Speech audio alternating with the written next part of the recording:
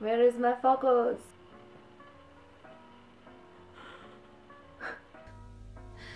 Ok, es ceru, ka es esmu fokusā. Ja nē, tad es vienkārši, es ļoti atvainojos, bet es tiešām nesaprotu.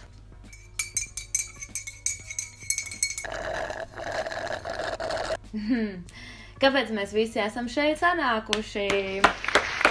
Sveiki, mani sauc Beāte, bet tu vari mani saukt par vienkārši Beāti. Ātri izskriesim cauri visiem jautājumiem, kas jums tagad ir. Jā, es vairs neesmu blonda, jā, esmu tumšmatē. Šī īstenībā varētu būt ļoti tuvu krāsa tam, kāda ir man matu vispār. Beidzot, mēs esam nonākuši pie šī video, ko es jau tik sen gribēju uzfilmēt, un beidzot es uzdevu jums kaut kādus jautājumus savā Instagram storijā par lielo un trako tēmu PMS, jeb pirmsmenstruālais sindroms.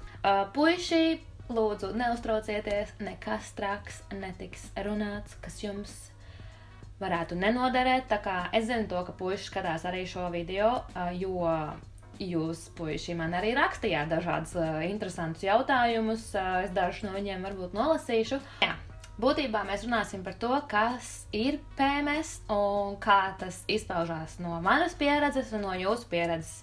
Sākumā es vēlos arī pieminēt to, ka šī ir visdrošākā vieta, kur būt šobrīd, un neviens netiek sodīts, jeb aizvainots, jeb kaut kādā veidā pazemots, jo šis process notiek sievietes organismā, un tas ir neizbēgami. Sākumā, laikam, es gribētu vispārībā iepazīstināt jūs ar to, kas tad pie velna ir PMS, kas tad ir šie biedējošie trakie trīs burti.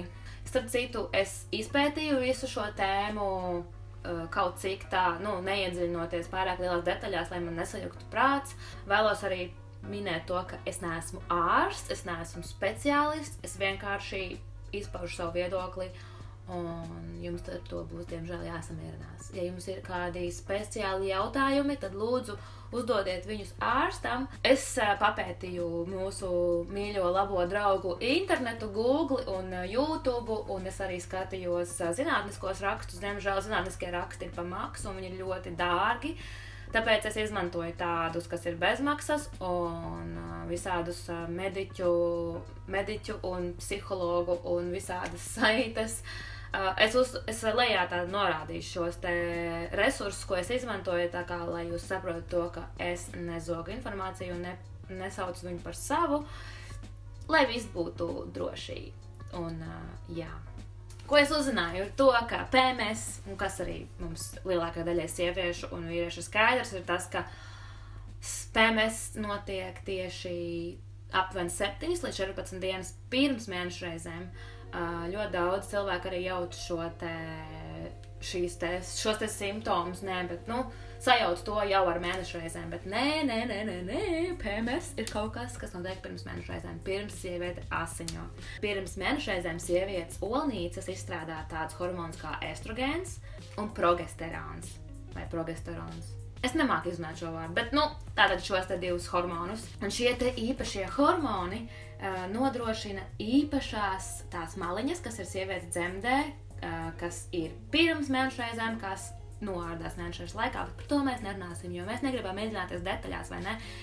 Tāpēc es jums stāstu to, kas ir šie hormoni, kāpēc viņi ir tik svarīgi, jo šie hormoni nonāk arī mūsu asinsritē, un asinsrite norit visā mūsu ķermenī, arī mūsu smadzenēs. Un tad, kad šie te hormoni nonāk līdz mūsu smadzenēm, notiek tāda ķīmiska reakcija un saskarsmē ar neurotransmiteriem, un tas, lūk, novad pie šī te PMS. Šie te simptomi ir ļoti daudz, man ir saraksts milzīgs, milzīgs saraksts ar to, kādi ir šie te simptomi. Aizkaitināmība, depresija, dusmu uzliesmojums, trauksme, apjukums, raudulība, nespēja koncentrēties, bezmiegs, paaugstināts nogurums, libido pazemināšanās, jūtīgas krūtis, piepūties vēders, sāp galva, es teikšu tā, ka piepamst arī tur viss kaut kas lejā. Pieaug svars un ir muskuļu sāpes, ir pārāk liela ēst griba un visu laiku gribas ēst neveselīgs ēdiens, kas nav normāls ēdiens, kas nav pagatavots ēdiens, vienkārši visādus junk foods, kā teikt, ja? Un, protams, vēl arī ieskaitot pumpas. Tātad izmetās izsitumu uz sejas, uz krūtīm, uz dibena, uz kājām, nu kā kuram. Bet neuztraucieties, es ceru, ka es nenobiedēju visus jūs, bet puišus, ja, kas tas paliek, pa kas te ir palikuši. Bet tas tā ir, un kāpēc es tik ļoti uzsveru to, ka šī tēma ir svarīga ne tikai meitenēm, bet arī puišiem, jo mums visiem ir jāsatiekās kādreiz ar sievieti. Un tāpēc mēs runājam par PMS šeit šobrīd, jo mēs visi ar viņu saskaramies, ne tikai sievietes, bet arī vīrieši. Mēs bieži vien aizvainojam šādus te cilvēkus pašnam, nesaprotot to, ka sieviete šajā brīdī, kurai varbūt ir šis te PMS, vai viņa ir pārlieku jūtīga, viņa ļoti daudz ko uztver sāsināti. Tāpēc es jums šo visu stāstīšu. Man pieredze ir tāda, ka mans pēdējais PMS bija vienkārši katastrofāls, un katru mēnesi viņš ir atšķirīgs. To es esmu novērojusi. Tā kā man ļoti patīk pētīt sevi un veikt tādas analīzes, un analizēt sevi gan galvā, gan visā ķermenī, gan iet, visu kaut kur pārbaudīt sevi. Nē, man nav nekāda fobija, neuztraucieties, vai fetiši. Vienkārši tas, ka, manuprāt, tas ir ļoti svarīgi, ka tu zini, kas ar tevi kad notiek, bet tas izdevīgi varbūt ir tev, bet varbūt citiem tas nav izdevīgi, jo citi cilvēki nav tik saprotoši. Man ir ļoti paveicies, ka mans puisis, mans mīļais, dārgais gatis ir tik ļoti saprotoši, un brīžiem es izdaru lielu izaicinājumu, tā teikt. Un tātad mans pēdējais PMS bija vienkārši katastrofā. Es gan raudāju, man bija gan slikti, man bija piepūties vēders, man bija tāda sajūta, ka es varētu apēst visu pasauli, visu varēju apēst mierīgi, es nekontrolēju to. Es ļoti ātri sadusmojos, ļoti ātri nomierinājos, man bija diezgan grūti gulēt, es nespēju pagulēt normāli. Man visu laiku bija jāmostās pa nakti augšā, man bija karstuma viļņi, es svīdu tā kā cūka, labi, cūkas nesvīst, man liekas, bet es biju nosvīdusi ļoti pamatīgi gan arī katru nakti.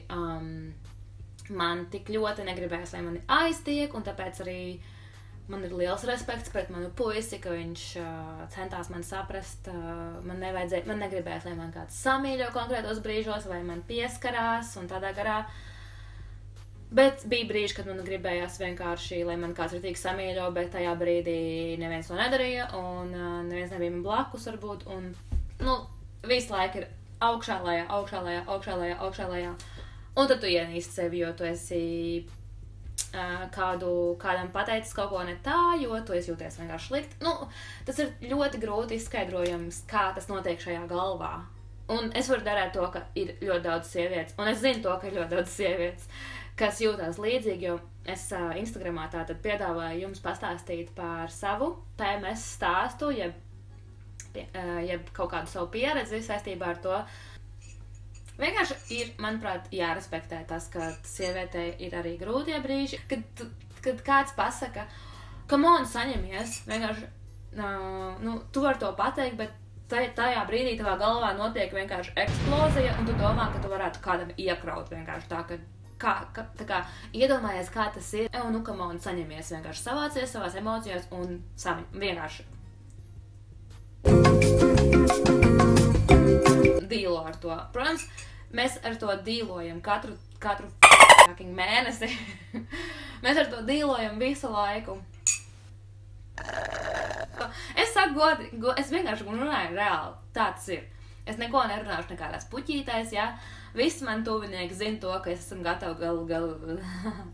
Visi mani tuvinieki, mani ģimenes locekļi, mans puisis, draugi zina to, ka es esmu gatava vienkārši uzspredzināt kādu, ja man kāds PMS laikā kaut ko pateiks, lai es savācos un tieku galā ar sevi.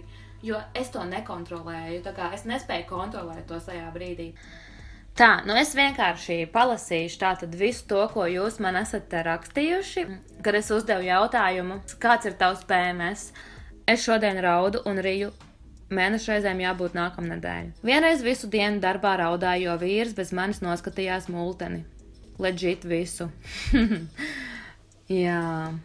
Jā, un tas tā laikam ir attiecībās, kad jūs sarunājat kaut ko, ka jūs darat kopā, un tā kā, un tad ir, ja kaut kas nenotiek pēc plāna, tad vienkārši ir visu nedēļu jāēd, ja? True. Tad es esmu likusi storiju Instagramā, kad es laikam esmu kaut ko stāstījusi par to, ka es visu laiku ēdu, tā ka non-stopā, un vienmēr meitene uzraksta, izklausās pēc manis vienīgi iesēdu diezgan neiedomājams kombinācijas, piemēram, puķkāpos, čipsi, ķiploku mērcīti ar avokādo. Nu, man ir bijušas tādas kombinācijas, kā tātad tas spageti ar tomātu mērci un sēnēm un sojas mērci, un tad pēc tam pa virsam visam iet liela čipsu paka, un pēc tam vesels milzīgs marcipāns, tā kā. Un es vēl varētu ēst un ēst. Ne katru mēnesi, bet ir reizes, kad neviens mani nesaprot. Visi apbižo un piedāvājumi vēl draugs nav uzminējis, izlasījis manas domas, tieši ko ēdamu viņam bija man jāatnes, un tad, es varu vai sākt raudāt kā maza meitene vai taisīt drāmu par to un vēl par sīkumiem, kas ikdienā manī izraisa nekādas emocijas. Ak, Dievs, es tā tevi saprotu. Jā, pilnībā saprotu, jo, ja man neatvedīs, ja man ir tās PMS dienas, tad Gatim ir jāuzmin tas, viņam ir jāatbrauc mājās obligāti ar šokolādi, bet, mēs esam sarunājuši to, ka es viņam parasti pasaku to, ka man šodien ir slikti, man vajag kaut ko, lai tu man atved, tā kā parūpējies par manu PMS, bezmaz vai, ja? Un tālāk viņa raksta, tas, ko es gribētu saprast, kāpēc vienā mēnesī jūtos ok un adekvāti, citos visas iespējamās emocijas nāk no manas laukā, turklāt ar 5 minūšu intervāliem. Kā jau es teicu pirms tam, katru mēnesi mums šis process notiek citādāk, savādāk, ja kā ir pareizi teikt, lūdzu rakstiet komentāros, jo es nemāku runāt latviski pareizi. Manuprāt, tās ir manas domas, ok? Un ņemot vērā to, ka es vēl kaut ko uzzināju no savu ginekologa, par to es šobrīd nerunāšu par savu ginekologu, bet par procesu, kad viss ir atkarīgs no apkārtējiem notikumiem, kādi faktori to var ietekmēt, piemēram, stress, darbā, kaut kādas gatavošanās kādam eksāmenam vai kaut kādam pārbaudījumam dzīvē vai kaut kādas pārmaiņas, laikapstākļi, ģimenes stāvoklis, viss, kas notiek tajā brīdī ar tevi, PMS laikā vienkārši var pastiprināties. Un tad nāk ārā visādi patiesie dēmoni, kā teikt. Un vēl arī, protams, ļoti svarīgs faktors ir tas, ko mēs ēdam, jo, arī ēdiens, viss sadalās molekulās, beigās, es ceru, ka es nesaku kaut ko galīgi garām, bet viņš sadalās tā, ka beigās tas ēdiens arī nonāk mūsu asinsritē, un mūsu asinsritē atgriežas mūsu smadzenēs, un tad arī, ir visi šie te simptomi. Es varu padalīties ar saviem sieviešu sasniegumiem. Good girl! Man arī parasti bija ļoti sāpīgas gan PMS, gan mēnešreizes. Un tad es nonācu aci pret aci ar savu sievišķības jautājumu, kuru šobrīd aktīvi risinu, un tā es sāku pieņemt beidzot sevi kā sievišķi. Sāku explore myself un tā tālāk. Principā iepazīties ar sevi. Un attiecībā par mēnešreizēm tā, kā man vienmēr ir bijuši kaut kāds random, tad es sāku ļoti, ļoti gaidīt katru mēnesi Tad, kad viņas sāka ierasties kaut cik cikliski, es sāku riktīgi priecāties, kad viņas atnāca un runāties ar dzemdi. Viņa vēl pieliek palmfejs. Un tagad, kad atnāk viņas, es svinu, es meklēju sev tīkamas nodarbes un svinu to dienu, kad man sākas, un guess what, šomēnes pirmo reizi mūžā man bija pavisam nedaudz krampju sāpīte, un arī tikai tad parādījās, kad darbā drusku sastrādājos par daudz. Mans stāsts, hehe, forši. Jā, ir tāda lieta, ka es viņu ļoti labi saprotu. Tad, kāpēc tas ir tik svarīgi iepazīties ar sevi? vēl vairāk tā kā ar saviem iekšējiem procesiem. Kad es sāku lietot piltuvi, es sāku, manuprāt, vēl vairāk iepazīt savu ķermeni, tieši tos te procesus. Bet es vienmēr esmu pētījusi sevi tajā ziņā un mēģinājusi izanalizēt savus mēnešreizes, jo man viņas arī ir bijušas diezgan nevienmērīgas un cikli man ir bijuši dažādi. Man ir bijis tāds periods, gads, varētu teikt, 1 vai 2 gadi, kad man ir pilnīgi perfekts cikls. Jā. Un tad ir tāds, tagad man ir pilnīgi sačkarēts viss, un man viss notiek kaut kā viss notiek. No cik gadiem sāks PMS? PMS sāks tad, kad tev sāks mēnešreizes. Tad vienā no rakstiem, ko es lasīju, es uzzināju to, ka PMS vairāk sāk izpausties tuvojoties 30 gadiem. Un es atceros to kad es agrāk, man kaut kādi 7, ka man bija kaut kādi 17 gadi, es sāku lietot kontracepcijas tabletes. Un, manuprāt, tajā laikā man tā kā PMS īsti vispārībā neizpaudās tik ļoti emocionāli, jo man liekas, ka tieši kontracepcijas tabletes tā kā apspieda šo te. Es nezinu, kā tas īstenībā ir, es to nekādu informāciju par to neesmu atradusi, es vienkārši minu, vai tā ir vai nav, es nezinu. Ja kādam ir šī informācija, varbūt jūs varat padalīties ar to.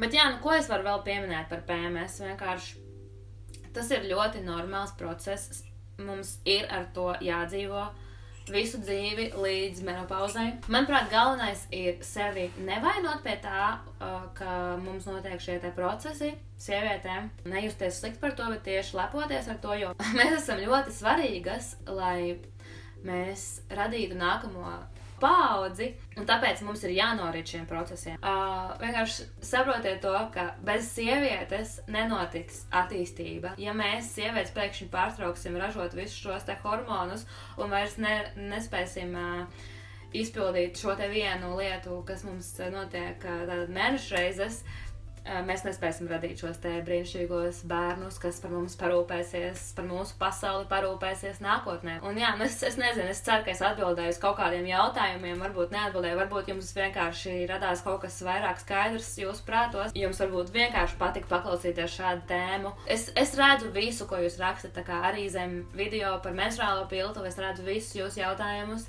un es uz viņiem atbildēšu.